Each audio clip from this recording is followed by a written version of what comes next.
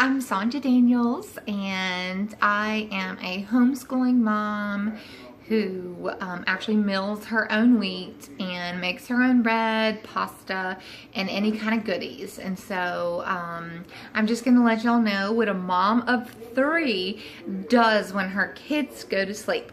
So I really love Napoleons. It's a delicious dessert with like a custardy frosting and layers of flaky crust. But since I have switched over about 2 years ago to milling my own wheat, I haven't been able to enjoy that dessert without it hurting my stomach. So my birthday's coming up and I'm the only one that can really make my cake. I guess my husband could learn, but anyway, so I am actually in the process of figuring out and trying a new recipe for Napoleon. So I'm just going to show y'all a little bit about, I guess, milling. And so just want to show you, this is where I keep my wheat berries. This is my soft white wheat. And this is best for cookies and cakes and pastries. So we're just going to take a little bit because I've already started, but I just wanted to be able to show y'all what it looks like. So this is my Nutri-Mill, and I'm just going to pour the wheat berries in there. So it is going to be a little loud, so you just have to bear with me. And you can watch the berries go down. Here goes. There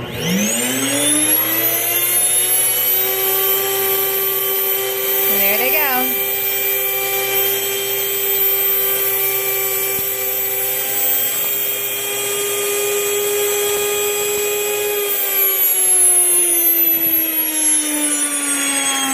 Okay, so I had already milled some, but I really, I don't know if you can hear me, but I have already milled enough flour, but I really wanted you to be able to see what it actually looks like. So I'm gonna pull this out right here. This little comes out. I'm gonna move over here to my working station. I had already have started on the dough for the Napoleons, but I said, you know what? I have had people ask me to, you know, do like a video or something, or like just let others know about freshly milling. So that is what I'm doing. So I'm actually halving this recipe. So what I'm gonna do is, this recipe calls for your flour to be sifted. One of the biggest reasons why you're supposed to sift flour is if it has been sitting compact in a bag on a shelf somewhere, where I just milled this. So it is light and airy. That's one of the reasons why you sift, is to aerate your flour, to kind of like loosen it up. Well, I don't need to do that because this was just freshly milled and it has lots of, you know, fluffiness to it. It hasn't just been sitting stale in a bag somewhere. So this recipe actually calls for 6 cups of sifted flour. So what I'm gonna do is I am going to, let's see, I am going to just do half the recipe. This little compartment right here, this was attached to that right there. That catches all the loose flour so that it doesn't go flying all over your house. That's one of the reasons why I did not get an attachment for my mixer. I bought the Nutri-Mill because it catches it. It's not as messy. I mean, baking, of course, if you know, gets messy. Oh, perfect. Exactly 3 cups. So what I'm going to do now is I put my flour in there. Now I'm going to put my lid. This recipe also had the measurements broken down. It had it broken down into grams. So I had to look up, you know, I just didn't know. So I had to look up, like, well, how much butter is, you know, 400 grams. And so it roughly, well, I didn't have to actually convert it. I have a scale that has, you know, it tells you the measurements in grams, and so I was able to measure it out. So I'm halving this recipe. So it called for 400 grams, so I'm only doing 200. So what I've done over here is I have a little scale, put it on 0. This is not really the exciting part, but you can just see what I'm talking about as far as like measuring out your butter. I like to use grass-fed